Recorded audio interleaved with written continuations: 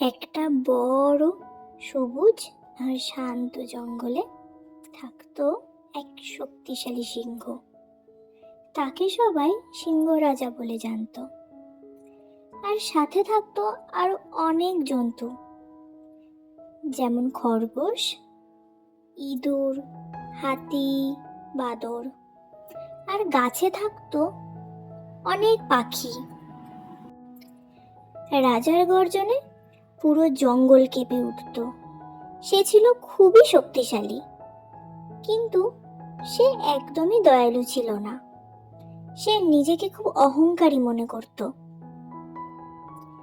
রাজা প্রতিদিন জঙ্গলের মধ্যে হাঁটতো আর বলতো, আমি এই জঙ্গলের রাজা, সবাই আমার সামনে মাথা নত করো। আর সব প্রাণী তাকে দেখে ভয় পেত। পাখিরা গান গাওয়া বন্ধ করে দিত, খরগোশেরা লুকিয়ে পড়ত। আর সেই জঙ্গলের একটি ছোট ইঁদুর একদিন রাস্তা দিয়ে যাচ্ছিল, আর ঠিক তখনই রাজার সাথে তার দেখা হলো।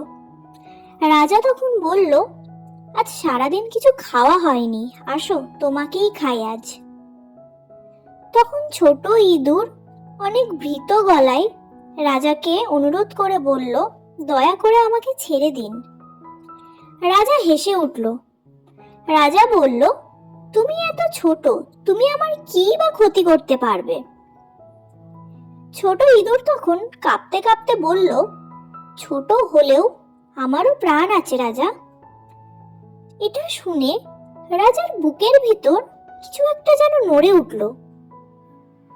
রাজা থেমে গেল এবং রাজা ধীরে ধীরে সেখান থেকে চলে গেল, ইঁদুরের কোনো ক্ষতি না করে।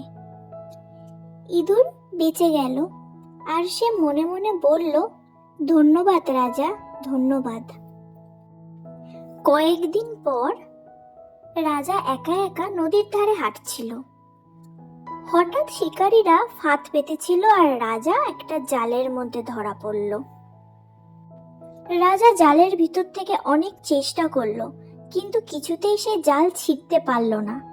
সব প্রাণীরা দূর থেকে দেখছিল, কিন্তু কেউ সাহস পেল না এগিয়ে আসার। ঠিক তখনই ছোট ইঁদুর সামনে এলো আর সে বলল, আপনি চিন্তা করবেন না রাজামশাই, আমি এসে গিয়েছি। আপনি আমাকে সেদিন বাঁচিয়েছিলেন, আজ আমি আপনাকে বাঁচাবো। তারপর ইঁদুর তার ছোট ছোট দাঁত দিয়ে জাল কাটতে লাগলো আর একটু একটু করে জাল ছিঁড়তে লাগলো। তারপরে জাল ছিঁড়ে গেল আর রাজা মুক্ত হলো। তারপরে রাজা ইঁদুরের দিকে তাকিয়ে তাকে ধন্যবাদ দিল আর বলল, তুমি এত ছোট, তবু তুমি আজ আমাকে বাঁচালে, অনেক ধন্যবাদ তোমাকে। আর সেই দিন থেকে রাজা বদলে গেল। সে আর কাউকে ভয় দেখাতো না, সে শাসন করত দয়া দিয়ে, ভালোবাসা দিয়ে।